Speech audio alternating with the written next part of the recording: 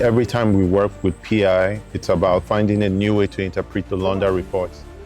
And there's so many different ways we've done it in the past over the last 3 films. We wanted to find a new type of protagonist in an entirely new setting that makes the idea and the message we're trying to pass across evergreen.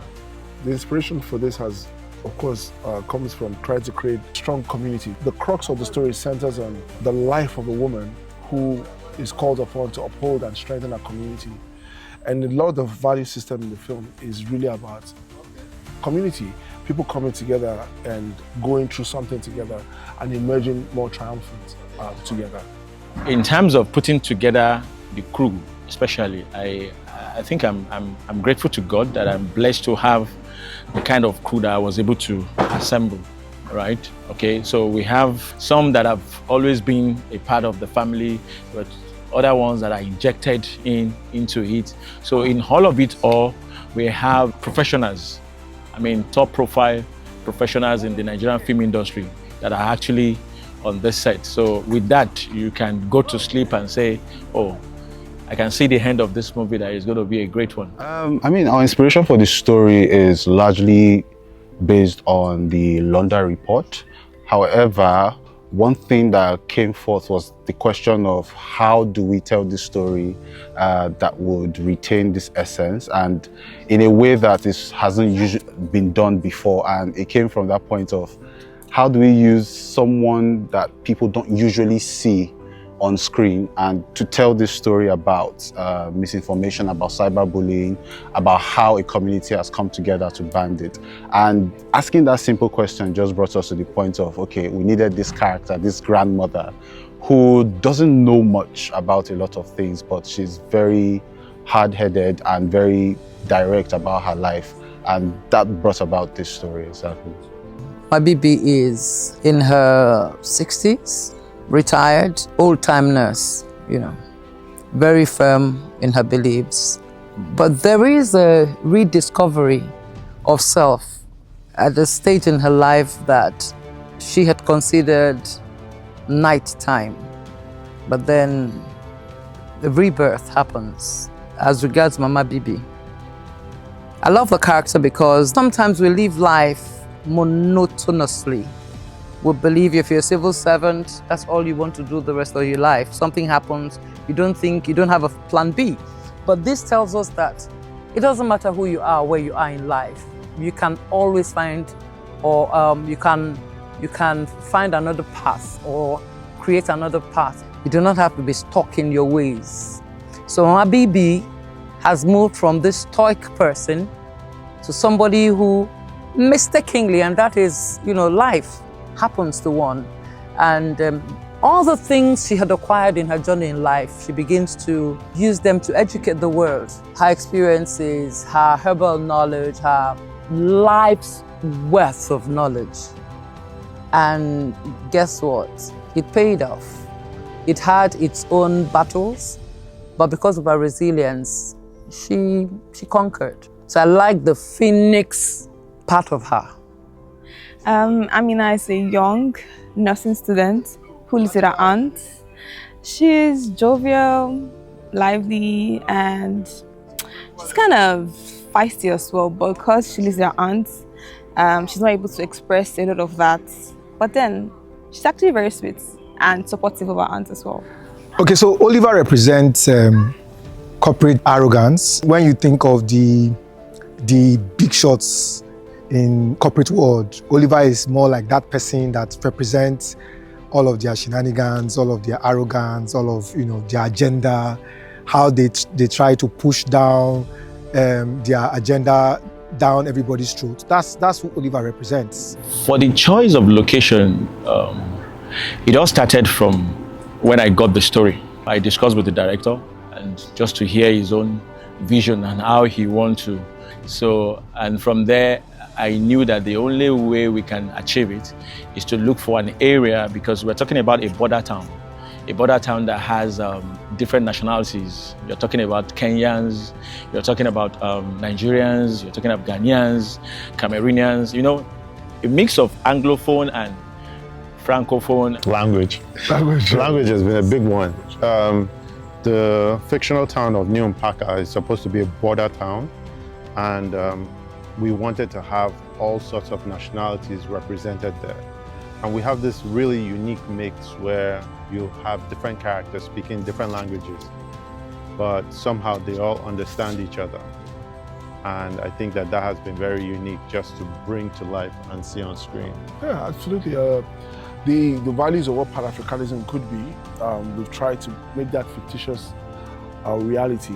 An Africa that we could all travel, speak, and understand each other across terrain, borders, and a language. We managed to realize in this film. We have a unique setting that is a real-life setting that looks amazing. It's colorful, it comes alive, it's bustling, it's economically progressive in many ways, and we can't wait to have you inhabit this place with us as we are doing it. Okay, for me to get this done right, I need to look for a town that really has something close to it. So the first choice was to think about Idiroko. So Idiroko would have been so perfect because it's a border town itself between Nigeria and Republic of Benin. But unfortunately, the day we went there, 4 days before we got there, we didn't know that the fixer, upon getting to Idiroko, we learned that he has passed, that he's dead. And for me, I said, guys, Idiroko, because you need a good fixer for you to be able to work in a remote area that you have never shot before. And so we had to go back to the drawing board. And then we thought about Ijebu-Ode. Ijebu-Ode was giving us what we wanted. We went there, we did the recce, but there was something that came up in the development of the story again, and I said, no, let's think of somewhere else. And that was how we found ourselves here in Ekpe town.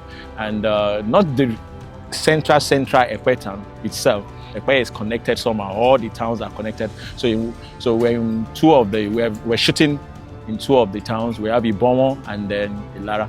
The story that stood out the most to me was actually the end. One important thing about that was how Mama Bibi stood and dragged the whole community to stand with her. That whole communalism was very, very important, and it was very emotional.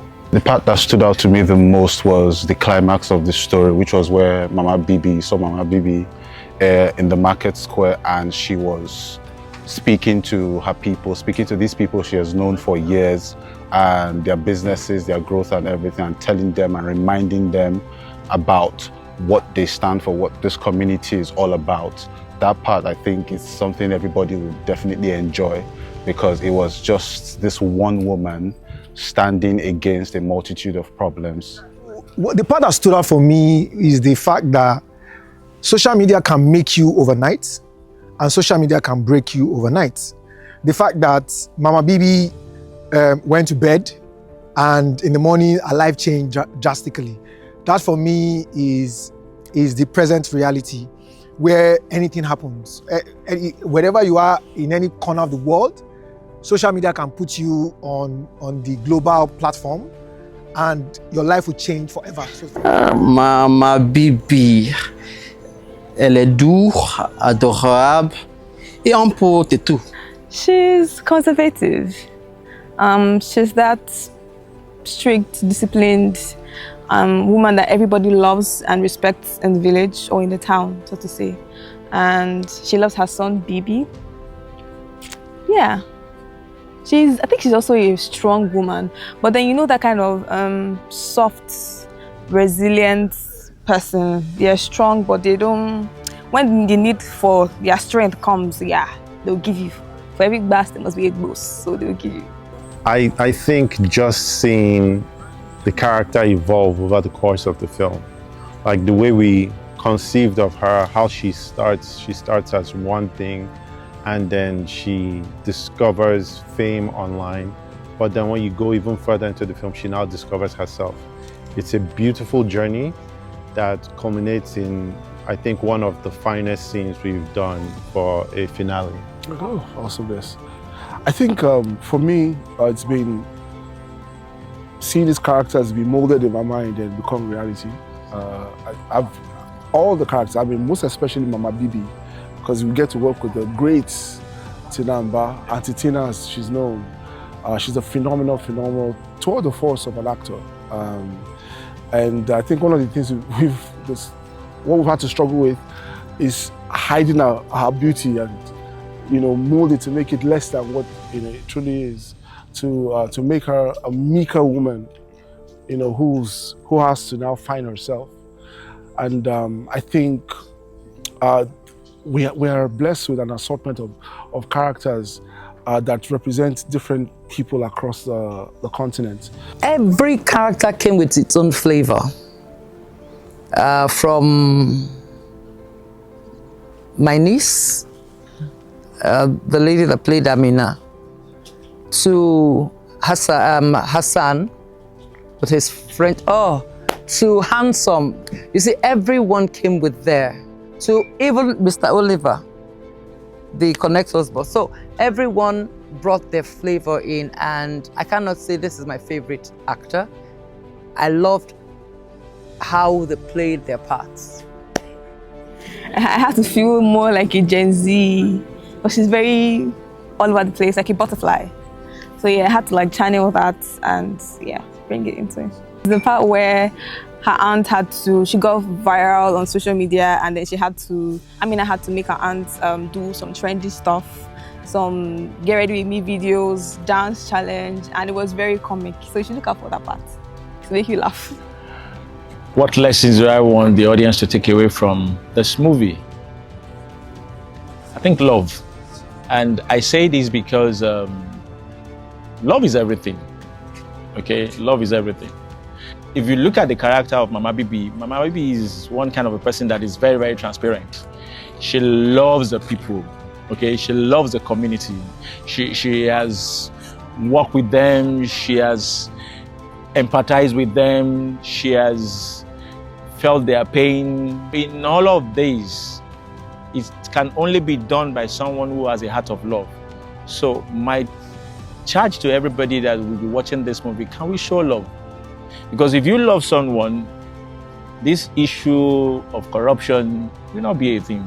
You will be cheating people all around. I mean, connectors will not just be out there looking for how to make more money without giving back something tangible. So for me, it's love. Can we all love ourselves? I would like people to stand for their rights. They should see that when you keep quiet and you don't say you don't fight for your rights, those rights will eventually be taken away from you, and at the end of the day, you'll be left with nothing. The corporate world will always want to push the agenda down your throats. It is now your duty to fight back, not pick up arms, but lend your voice. I think everything about the Londa report has always been about making people aware. Be aware of your rights, be aware of what the government is doing, be aware of the fact that you as a small part of a whole can make a change. If there is any one lesson we take away from that should be the most crucial one. Yes, it's also about finding beauty within yourself, finding courage within yourself, finding friends to support you when you're down. All these elements also come together in the film, and I believe before you become something to others, you must be something to yourself. And I think that's a lesson Mama Bibi, the central character, teaches us. One major lesson is that one pebble can actually move a mountain, but not alone. You have to do it together, right? So that whole idea of a lot of people coming together to make an action is very important. And I feel like the community should know that they should not keep their mouth shut. They should not be quiet about things that are bothering them or things that are bugging them, especially if it's a big deal, right? I would say two lessons. One is finding audacity in your purpose, and also the fact that one person standing cannot move or make an impact. However, when there's unity and people band together to face a problem, that there will be a solution for it, especially. Ce que je voudrais que les téléspectateurs puissent apprendre de ce film, c'est que la solidarité va toujours triompher. Puisque tant qu'un peuple n'est pas uni, quand un peuple ne se voit pas, quand des gens ne se voient pas dans l'esprit des autres, dans les yeux de l'autre. Tu n'as pas la possibilité de pouvoir apprécier ce que l'autre personne ou ce que tu vis vraiment. Donc, c'est en regardant en sympathisant avec d'autres personnes que tu pourrais mieux apprécier la vie. Bon, ce que je voudrais que les gens prennent de ce film, c'est que la solidarité va toujours triompher à la fin. Every production has its own peculiarities and its own challenges. Right? And as far as this is concerned, and like I always tell anybody that cares to listen, in the word of Alfred Hitchcock, he said that for you to make a great film, you need three things: the script, and the script. So one of the peculiarity of this particular one is also the story, which is the script, all right, which is quite different from the past ones we have had, talking about Training Day, talking about Focus, talking about Finding Diana, all right. So the story itself, all right, and then I will talk in terms of logistics. The logistics on this one is heavy, is the heaviest so far, because we had to move away from where most of us reside, and which is Lagos.